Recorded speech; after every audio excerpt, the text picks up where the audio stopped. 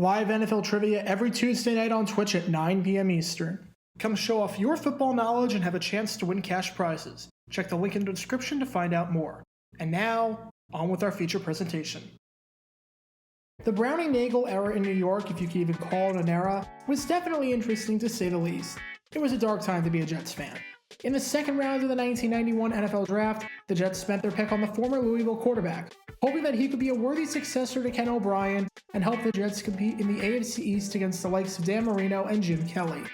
Alas, he could not even come close to doing that, as his one season as a starter was nothing short of disastrous. And let's be very clear, Browning Nagle was not a good quarterback. I'm not sure there's a situation or timeline or alternate universe where he could have been an NFL great, or even a serviceable option. But the coaching did not help him at all. Bruce Coslet did not exactly do Nagle any favors.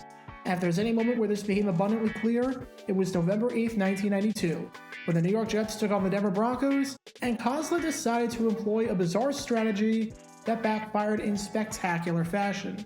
This is the story of the controversy surrounding Nagle, Coslet, and the 1992 Jets. Before I talk about the game itself, we need some context going in. The Jets were coming off of a 1991 campaign where they shocked a lot of people by making it to the postseason. After 4 straight seasons finishing either 4th or 5th in the AFC East, the Jets were able to squeak into the playoffs as a wildcard with an 8-8 record, making it for the first time since 1986. And the starting quarterback who guided the Jets to the playoffs was none other than Ken O'Brien. It was a weird year for O'Brien. On one hand, he finished 7th in the league in passing yards with 3,300, and his second ever Pro Bowl appearance. On the other hand, I'm not entirely sure how he made it to the Pro Bowl. He threw more interceptions than touchdowns, and only threw 10 touchdown passes across 16 games. Regardless, entering the 1992 season, it seemed like O'Brien was in line to be starting again. However, there was some unrest between O'Brien and the Jets regarding his salary. O'Brien missed minicamp after being offered a $750,000 contract, which was roughly a 50% pay cut over the $1.45 million that he made in 1991. Eventually, the Jets raised their offer and gave him $1.5 million, but O'Brien wanted $2 million. O'Brien missed 35 days of training camp while trying to get the contract dispute resolved, and in that time, Nagle got a ton of reps and played all right in the preseason, throwing for 544 yards and 3 touchdowns. Coslet named Nagle the starter, seemingly ushering in a brand new era of Jets football.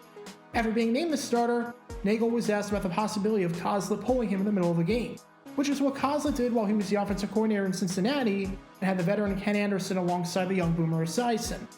This is what we like to call foreshadowing. It seemed like the Browning Nagle era was going to start off on the right foot.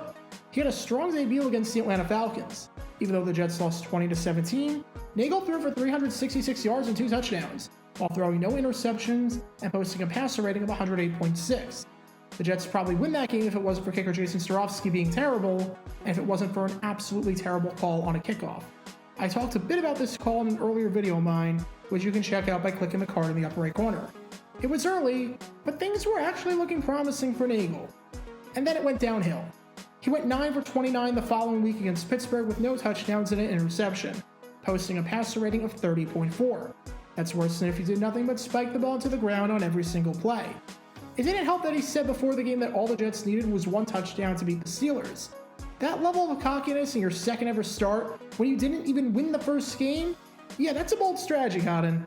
By the time the Broncos game rolled around, Nagle was 1-5 as a starter, with more bad games than good ones, and with New York's season pretty much over at 2-6.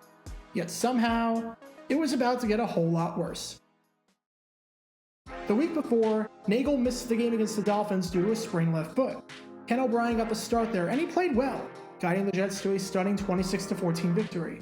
Considering the fact that Miami entered the game at 6-1 and the Jets entered at 1-6, the fact that New York won by multiple possessions was one of the more surprising results of that 1992 season.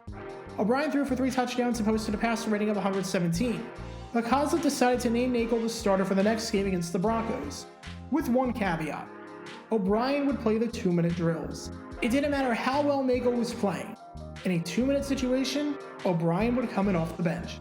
This seemed like the absolute worst thing you could do to the confidence of a rookie quarterback. But even though this seemed like a disaster waiting to happen, let's not knock it until you try it. And that takes us to November 8th, 1992, where the Jets are traveling to Mile High Stadium to take on John Elway and the Denver Broncos. Oddly enough, I've already talked about this game in a previous video of mine from the perspective of the Broncos, so you can learn more about that by clicking the card in the upper right corner. However, that video never mentioned the bizarre controversy here that led Nagle to being comforted by none other than John Elway after the game.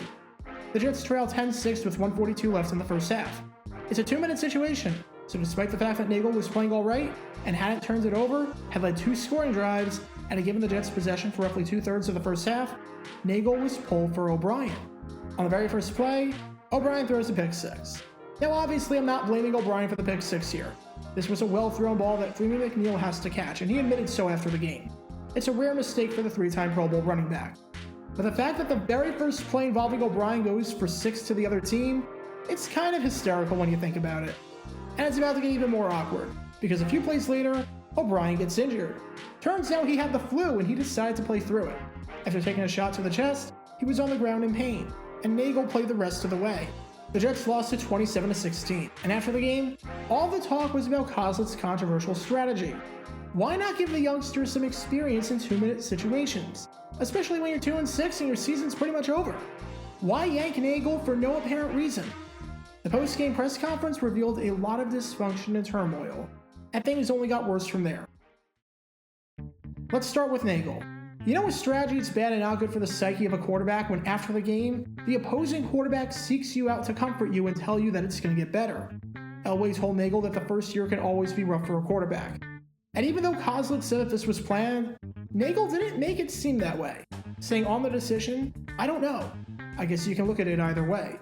As for Coslet, he was furious at the critics, saying don't make a big deal out of this. Ken was in for the 2-minute drills and that was it. This was Denver. We planned ahead knowing there would be crowd noise. Give us credit. Don't be so negative. Listen to our rationale. Don't you love it when a coach says to give them credit when they're 2-7, they implemented a plan that did not work, and may have shattered the confidence of their young quarterback? This platooning strategy not only failed, but it may have killed Nagle's psyche going forward. Nagle told the press not to worry about him after the game and that he doesn't lose confidence over things like that. But the stats suggest otherwise, because over the final 7 games, Nagle looked like the worst quarterback in football. Again, I'm not saying Nagle was ever good, but over his first 7 games, he threw 5 touchdowns, 6 interceptions, completed over 51% of his passes, and had a 66.7 passer rating while being sacked 12 times. Over the final 7 games, he threw 2 touchdowns, 11 interceptions, completed less than 48% of his passes, and had a 42.6 passer rating while being sacked 15 times. His play got significantly worse after that Broncos game. If you're going from a touchdown to interception ratio of roughly 1-1 to now 1-5, that's telling. Nagle didn't start another game for the Jets after that disastrous 1992 season, as the team finished 4-12. He was off the Jets after 1993, and bounced around the league for a few years after that with Indianapolis and Atlanta. If there was a turning point in his career, from a young quarterback with at least some potential to a complete failure and liability, it was that Denver game. Bruce Coslet made a lot of questionable decisions as the head coach of the Jets, one of which came earlier in the season against the 49ers, which you can learn more about by clicking the card in the upper right corner. But this might have been his worst. Platooning Browning Nagle and seemingly shattering his confidence in the middle of a lost season was definitely not one of his finest moments. Be sure to like this video, ring the notification bell, and subscribe down below if you haven't already, as it helps the channel out a lot. And be sure to check out Twitch every Tuesday night at 9 p.m. Eastern for your chance to play NFL Trivia and win cash prizes. Link in the description below. If you want to see videos like this condensed down to 60 seconds, then follow me on TikTok at JarGator9 and subscribe to 60-Second NFL History on YouTube. Also, special thanks to all of our Patreon supporters for helping the channel. Your support is greatly appreciated. See how you can become a patron and request future video topics in the description below.